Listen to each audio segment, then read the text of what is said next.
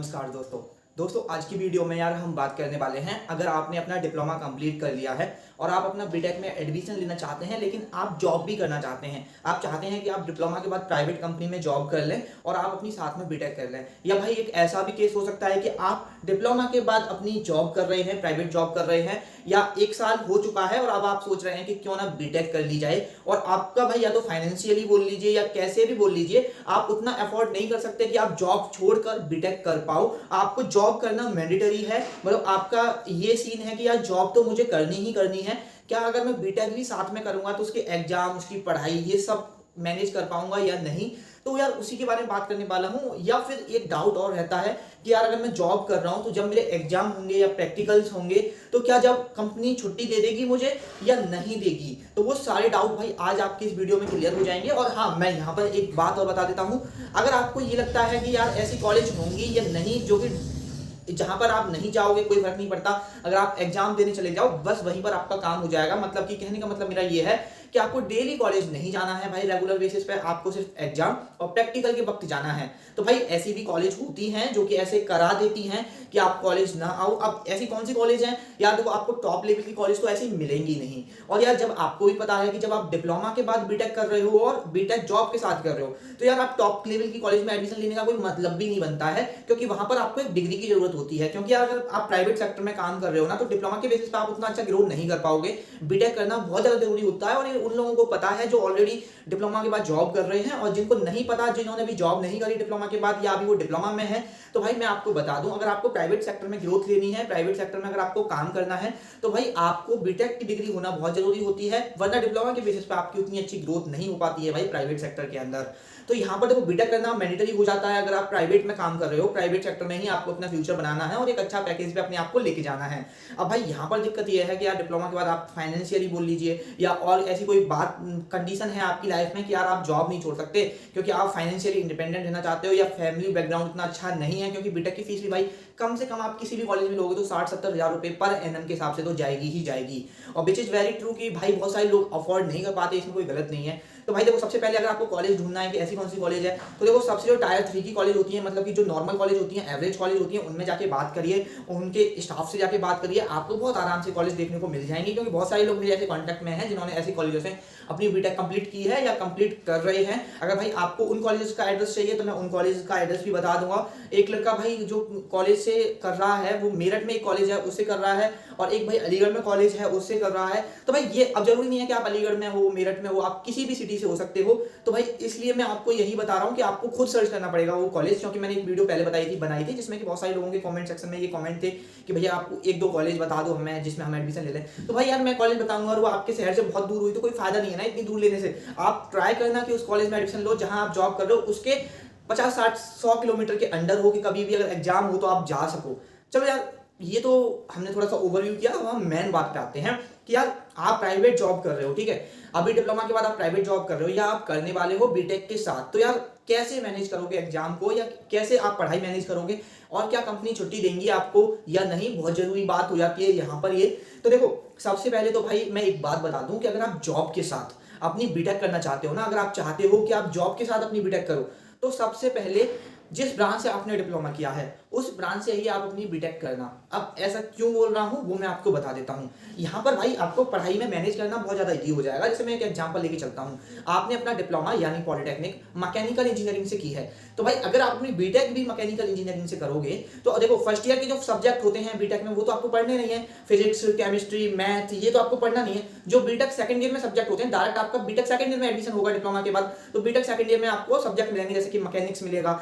या और भी सब्जेक्ट मिलेंगे, मैथ भी मिलेगा वैसे, ठीक है, मैथ भी आपको पढ़ना पड़ेगा, बीटेक सेकंड ईयर में मैथ होता है, लेकिन डिप्लोमा के बाद बीटेक सेकंड ईयर में एडमिशन होगा। लेकिन वहां पर भाई 80-90% सब्जेक्ट ऐसे होंगे बीटेक के अंदर जो आप डिप्लोमा में पढ़ के आए हो। डिप्लोमा में देखो आप थर्मल इंजीनियरिंग पढ़ते हो, मतलब कि थर्मोडायनामिक्स बहुत इंपॉर्टेंट होता है बीटेक के अंदर। बस फर्क इतना होता है कि हम उतना न्यूमेरिकल लेवल पे सॉल्व नहीं कर रहे होते हैं डिप्लोमा के अंदर, उतना डेप्थ में नहीं जा रहे होते हैं जितना कि हम बीटेक के अंदर जाते हैं। देखो fluid mechanics, design and estimation, आप मशीन डिजाइन आपने डिप्लोमा में पढ़ा होगा मैकेनिकल के अंदर, अगर आपने मैकेनिकल से डिप्लोमा किया है। ऐसे ही सिविल वालों का, ऐसे ही इलेक्ट्रिकल वालों का होता है। तो भाई मेरे कहने का मतलब यहाँ पर सिर्फ ये है कि जिस ब्रांच से आप डिप्लोमा किया है, अगर आप उसी ब्रांच से बीटेक करोगे तो 50% आपको पढ़ाया मिलेगा जो आप अपना डिप्लोमा में पढ़ के आए हो। 50% के लिए लिए आपको मेहनत करनी है। लेकिन यार बहुत सारे बच्चे बीटेक में ब्रांच स्विच करते हैं। और एक बात और बता दूं कि बहुत सारे लोगों को ये डाउट होता है कि अगर मैंने डिप्लोमा मैकेनिकल से किया है, बीटेक मैकेनिकल से ही करनी है या मैं इलेक्ट्रिकल से कर सकता हूं या नहीं। तो बिल्कुल भाई, आप इलेक्ट्रिकल से भी अपनी बीटेक कर सकते हो, ब्रांच स्विच कर सकते हो। लेकिन यार जॉब के साथ अगर आप ब्रांच स्विच करने की सोच रहे हो ना, तो यार वहां पर आपको बहुत ज्यादा एफर्ट डालना पड़ेगा पढ़ाई के अंदर, बहुत ज्यादा आपको पढ़ना पड़ेगा, बहुत ज्यादा मेहनत करनी पड़ेगी। तो यार मेरा तो बस यही सजेशन है कि यार जस्ट आपने अगर डिप्लोमा किया है और आप अपना बीटेक कर रहे हो तो भाई सेम ब्रांच से करो, आपको पढ़ाई में इजी हो जाएगा, पढ़ाई आप बहुत आराम से मैनेज कर ले जाओगे। और देखो पढ़ना, मैं आपको पढ़ने का भी बता दूंगा, अभी मैं थोड़ा सा इसमें बता देता हूँ। अगर आप जॉब के साथ बीटेक करो तो मुझे कमेंट सेक्शन में बता देना, मैं बिल्कुल बता दूंगा कि आपको कैसे पढ़ना है, कैसे नहीं पढ़ना है, कहाँ से पढ़ना है, नोट से पढ़ना है, टीचर के बुक से पढ़ना है। बहुत सारे लोग ज्ञान देते हैं कि यहाँ से पढ़ो, वहाँ से पढ़ो, ऐसे पढ़ो। भाई मैं बिल्कुल बहुत सिंपल फंडा बता दूंगा कि अगर यार आप तो कुछ सब्जेक्ट तो ऐसे होते हैं, हर सेमेस्टर में 5 से 6 सब्जेक्ट होते हैं बीटेक के अंदर, और कुछ सब्जेक्ट तो भाई ऐसे होते हैं जहां पर आपको भाई पूरा सेमेस्टर तो नहीं, लेकिन हाँ आपको डेली थोड़ा बहुत कुछ दिन, 1 दिन 2 दिन छोड़ के पढ़ना पड़ेगा उन सब्जेक्ट को। जैसे कि थर्मोडायनामिक्स है, ठीक है, जैसे कि डिजाइन एंड एस्टिमेशन है। लेकिन आधे सब्जेक्ट, 3 सब्जेक्ट ऐसे हैं जो आपको डेली पढ़ने हैं, 2-3 सब्जेक्ट ऐसे भी होते हैं कि आप एग्जाम से 5 दिन 10 दिन पहले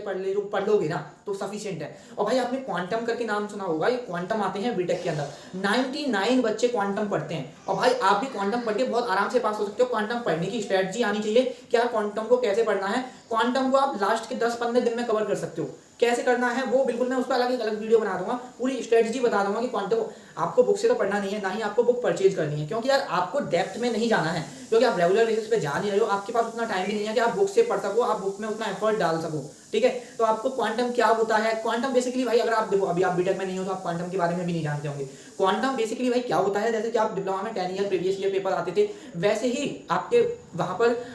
क्वांटम में 10 ईयर प्रीवियस ईयर पेपर होते हैं, लेकिन वो 10 ईयर वाइज नहीं होते, वो यूनिट वाइज होते हैं। हर सब्जेक्ट के अंदर 5 यूनिट होती हैं, 5 यूनिट के वाइज दिया होता है। बेसिकली भाई एक जो बुक होती है ना, आपकी बुक होगी आपकी इतनी मोटी और क्वांटम होगा इतना मोटा, ठीक है। तो आप क्वांटम में पूरा समराइज होता है, जो इंपोर्टेंट चीज होती है, जो बेसिकली प्रीवियस ईयर में पूछी जाती है, बेसिकली वही होता है और कुछ नहीं होता है क्वांटम के अंदर, एक्स्ट्रा कुछ भी नहीं होता। और बेसिकली आप अगर उसको पढ़ के चले जाओगे आराम से 99 नहीं 100% आप पास हो जाओगे, इस बात की मैं गारंटी दे रहा हूँ। और 99 बच्चे यही करते हैं जो रेगुलर बेसिस पे कॉलेज जाते हैं ना, उनसे आप बात कर लेना, भाई भी क्वांटम लेके क्वांटम पढ़ के पास हो रहे होते हैं। और अगर आपकी बात आती है यहाँ पर नोट्स की कि टीचर के नोट्स लेने हैं या नहीं, तो भाई कुछ सब्जेक्ट ऐसे होते हैं जिनको मैं बताऊंगा, इस पर मैं पूरी एक डिटेल्ड वीडियो बताऊंगा यार कि कैसे पढ़ना है बेसिकली, ठीक है। ये हमारी पूरी वीडियो अलग है कि कैसे मैनेज करना है, लेकिन मैं इस पर एक अलग सेपरेटली वीडियो बनाऊंगा क्या किन सब्जेक्ट से आपको नोट्स से पढ़ना है, क्योंकि भाई कुछ सब्जेक्ट ऐसे होते हैं जिनको यार नोट्स जरूरी होते हैं। आप समझ रहे हो ना, क्वांटम में आपको समझ में नहीं आएगा, बहुत सारी चीजें ऐसी होती हैं क्वांटम के अंदर जो आपको समझ में नहीं आएंगी। बहुत मतलब मैंने भाई क्वांटम मैंने पढ़ा है, ठीक है, मैं इसलिए बता रहा हूँ, ठीक है, मैंने बुक से भी पढ़ा है क्योंकि मैं रेगुलर बेसिस पे था, मैंने क्वांटम भी देखा था, मैंने बुक से भी पढ़ा हूँ, क्योंकि ऑलरेडी भाई मैं बता दूं मैंने बीटेक मैकेनिकल से अपना कंप्लीट किया है, तो मैं सब कुछ पता है क्वांटम में किस तरह से होते हैं। आपको अगर बुक पढ़नी है तो बुक किस तरह से लगानी है, और टीचर के नोट्स कौन कौन से सब्जेक्ट के इंपोर्टेंट होते हैं, ठीक है। आपको सारे नोट्स पढ़ोगे तो यार आपको जॉब भी तो करनी है यार, 8 घंटे की जॉब है, 1-2 घंटे आने जाने में, 10 घंटे तो आपकी जॉब में बिगड़ने वाले हैं, 10-11 घंटे बचेंगे दिन के, 1-2 घंटे जो आप पढ़ पाओगे 2-3 घंटे, तो उसमें हमें उतना ही पढ़ना है भाई जितना हमारे लिए जरूरी है, जितना हमारे लिए सफिशिएंट है। और भाई अब इसके बारे में यार एक सेपरेट वीडियो बनाऊंगा, बिल्कुल आप अगर जॉब के साथ बीटेक करना चाहते हो ना तो कमेंट जरूर कर देना, ठीक है। पूरा डिटेल में समझा दूंगा, आप सेकंड ईयर में, थर्ड ईयर में, कोई से भी ईयर में कैसे आपको पढ़ाई करनी होगी, कैसे स्ट्रेटजी लेनी होगी, कैसे टीचर के नोट्स होने चाहिए, कौन से टीचर मतलब कौन से टीचर्स के नोट्स से पढ़ना है, कौन सा क्वांटम से पढ़ना है, बुक से तो आपको पढ़ने की जरूरत है नहीं। एंड सेकंड थिंग आपको मैं यहाँ पर एक बात और बता दूं, बहुत सारे लोगों के मन में ये डाउट आता है कि भैया कोई दिक्कत तो नहीं होगी अगर मैं जॉब के साथ बीटेक करूँगा, मतलब कोई वैसी बात तो नहीं होगी, कोई दिक्कत वाली बात तो नहीं है। कोई दिक्कत वाली बात नहीं है, अगर आपको कॉलेज करा रहा है, कॉलेज आपको परमिशन दे रहा है तो कोई दिक्कत नहीं आएगी, इस बात का मैं गारंटी दे रहा हूँ। एंड सेकंड थिंग जो कि बहुत ज़्यादा इंपॉर्टेंट हो जाती है इस वीडियो के अंदर कि यार एग्जाम के वक्त भैया हमको छुट्टी देंगे कंपनी वाले या नहीं। तो देखो बेसिकली मैं आपको एक बात बता दूँ, बहुत कंपनी वाले छुट्टी दे देते हैं, ठीक है, बहुत आराम से देते हैं। आप उनसे बोलो कि भैया मतलब सर मेरी कंपनी मैं बीटेक कर रहा हूँ, मेरे एग्जाम है, मुझे छुट्टी चाहिए इतने दिन से लेके इतने तारीख तक। और हाँ हालांकि हमें इन्फॉर्म पहले करना होता है, 10 दिन 5 दिन पहले उनको आप इन्फॉर्म कर दो। और एक बात और बता दूं, हर कंपनी में भाई 1 साल के अंदर कुछ छुट्टियां मिलती हैं, आपके संडे को हटा के और आपके हॉलीडेज को हटा के, जो आपके गवर्नमेंट हॉलीडे होते हैं उनको हटा के आपको छुट्टी दी जाती है। जैसे कि उसमें हर कंपनी का अपने अलग होता है, किसी में नंबर ऑफ लीव्स ज़्यादा होती है, किसी में नंबर ऑफ लीव कम होती हैं। जैसे मैं एक पर्टिकुलर कंपनी की बात करूँ, मेरा एक फ्रेंड है जिसने बीटेक के साथ अपनी जॉब भी करी थी, तो उसकी कंपनी में क्या था, उसे 1 साल के अंदर 7 तो सिक लीव मिलती थी, 7, ठीक है, और 7 और 15 उसे अर्निंग लीव मिलती थी। अर्निंग लीव में ये था कि अगर वो 15 दिन लगातार कंपनी जाएगा तो उसे 1 लीव मिलेगी, और मतलब ओवरऑल बताऊं तो उसको भाई 30 लीव मिलती थी 1 साल के अंदर। तो उन लीव को तुम कभी भी ले सकते हो जब तुम्हारे काम आ सकें। लेकिन यार कभी कभी ऐसा होता है कि कंपनी नहीं देती है, प्रोडक्शन ज़्यादा चल रहा है तो कंपनी नहीं देगी, ठीक है। अब देखो कंपनी आपको वो जो आपकी लीव है, जैसे कंपनी पे आपकी लीव हो गई कि आप इतनी लीव कभी भी ले सकते हो, अब आप लीव मांग लो, कंपनी आपको लीव नहीं दे रही है, ठीक है। सेकंड थिंग,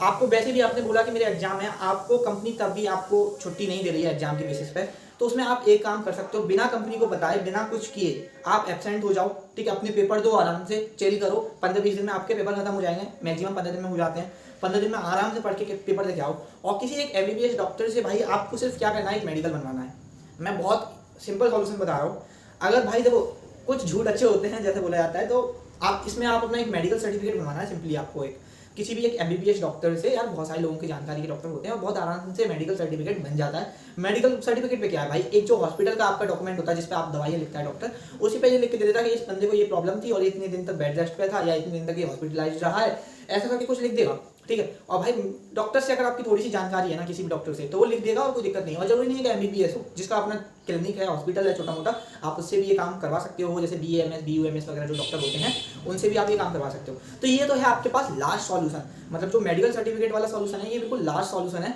जब कंपनी आपको छुट्टी, किसी भी केस में आपको लग रहा है कंपनी छुट्टी नहीं दे रही है, कि कंपनी में प्रोडक्शन इतना है, कभी कभी भाई कंपनी में प्रोडक्शन ज्यादा आ जाता है, कंपनी नहीं देती है छुट्टी। लेकिन भाई उस लड़के के साथ जिसकी मैं बता रहा हूँ, उस लड़के के साथ ऐसा नहीं हुआ है, उसकी कंपनी ने जब भी उसने छुट्टी मांगी थी अपने एग्जाम के लिए दे दी थी। लेकिन मेरा एक जानने वाला दूसरा इंसान भी है जिसकी कंपनी ने छुट्टी नहीं दी थी, तो उसने यही काम किया था कि मेडिकल लगाया था। और भाई मेडिकल लगाना, अगर आप अचानक से छुट्टी हो जाते हो और आप मैसेज डाल देते हो सर मैं बीमार हूँ मैं नहीं आ पाऊंगा, हाँ मैसेज डालना भी जरूरी होता है, क्योंकि आप अचानक से, जैसे मैंने बोला मुझे ध्यान नहीं रहा भाई, आपका ग्रुप होते हैं जिस भी कंपनी में आप जॉब कर रहे हो उस कंपनी के ग्रुप होते हैं, अपने अपने हैंडल्स होते हैं जहाँ पर आपकी कन्वर्जेशन होती है, जहाँ पर आपको छुट्टियों के बारे में या सबके बारे में इन्फॉर्म करना होता है अपने टीम लीडर को। तो वहाँ पर भाई आपको जरूर बता देना है, जैसे कि आप अचानक से कंपनी से घर आ गए और आपको बोल देना है एक दिन बाद मैसेज करके कि सर सडनली मेरी तबीयत बहुत ज़्यादा खराब हो गई है और मैं अभी कुछ दिन तो नहीं आ पाऊंगा। ऐसा नहीं बोलना है कि मैं 15 दिन नहीं आ पाऊंगा या 20 दिन नहीं आ पाऊंगा, मैं कुछ दिन तो अभी को मतलब आपकी कंपनी नहीं आ पाऊंगा, ऐसे ऐसे दिक्कत है। तो वो आपसे सिर्फ एक बात बोलेंगे जो कि हर टीम लीडर या हर कंपनी वाले बोलते हैं कि ठीक है आप रेस्ट करिए, सिर्फ आप अपना मेडिकल सर्टिफिकेट भेज दीजिए, ठीक है। क्योंकि उन्हें भी हायर अथॉरिटी को दिखाना होता है, और वो भी बहुत सारे लोग जानते हैं कि यार एक तो सच में बंदा बीमार हो सकता है और क्या पता झूठ बोल रहा हो, तो उसके लिए वो उनके पास प्रूफ यही है कि वो आपसे मेडिकल सर्टिफिकेट मांगेंगे और आप मेडिकल सर्टिफिकेट दे देंगे तो उनको प्रूफ हो जाएगा, उनको विश्वास हो जाएगा कि हाँ बंदा बीमार है। तो भाई आप ऐसे 15 दिन तक आप अपने एग्जाम दे सकते हो, और ये बिल्कुल लास्ट ऑप्शन है जब आपकी कंपनी आपको छुट्टी नहीं दे रही है, ठीक है। तो भाई यहाँ पर अब आप देख लीजिए, आप देखो सबसे पहले तो आपकी कंपनी, जिस कंपनी में भी आप जॉब करोगे 99% चांस है कि वो छुट्टी दे देगी। जो आपकी छुट्टी है, जो आपने लीव अर्न की है, जो सिक लीव है, आप उनको ले सकते हो उस टाइम पर। आप बेसिकली वैसे छुट्टी मत करिए, आप डेली जॉब जाइए, आराम से जॉब करिए, आप फालतू की छुट्टी मत करना कंपनी के अंदर। हाँ ये भी ध्यान रखना भाई, अगर आप जॉब के साथ बीटेक करो ना तो फालतू की छुट्टी नहीं करनी है। आपको कंपनी में छुट्टी जब भी लेनी है जब आप भाई आपको जरूरत हो, जब आपका एग्जाम हो, क्योंकि यार फालतू की छुट्टी भी कंपनी देगी तो हो सकता है कि कंपनी आप बार बार छुट्टी कर लेते हो, हर 10 दिन बाद छुट्टी ले लेते हो, 5 दिन की 2 दिन की, तो फिर कंपनी आपको निकाल भी सकती है। ऐसा कोई दिक्कत वाली बात नहीं है कि आप कंपनी ने आपका मतलब साइन कर रखा है, कंपनी आपको नहीं निकाल पाएगी, कंपनी आप बिल्कुल निकाल देगी आपको। तो आपको छुट्टी जब भी करनी है जब एग्जाम देने जाना है, और भाई एग्जाम साल में 2 बार होते हैं, तो साल में अगर 2 बार आप ऐसा कर लोगे तो कोई फर्क नहीं पड़ेगा, इस बात की मैं गारंटी दे रहा हूँ। आई होप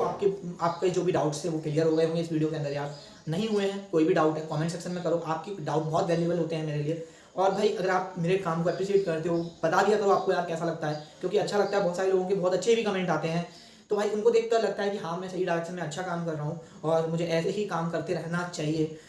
वीडियो को लाइक कर देना, शेयर कर देना जिनको इस वीडियो की जरूरत है। बाय बाय, टेक केयर दोस्तों, आपसे मुलाकात होगी किसी नेक्स्ट वीडियो में।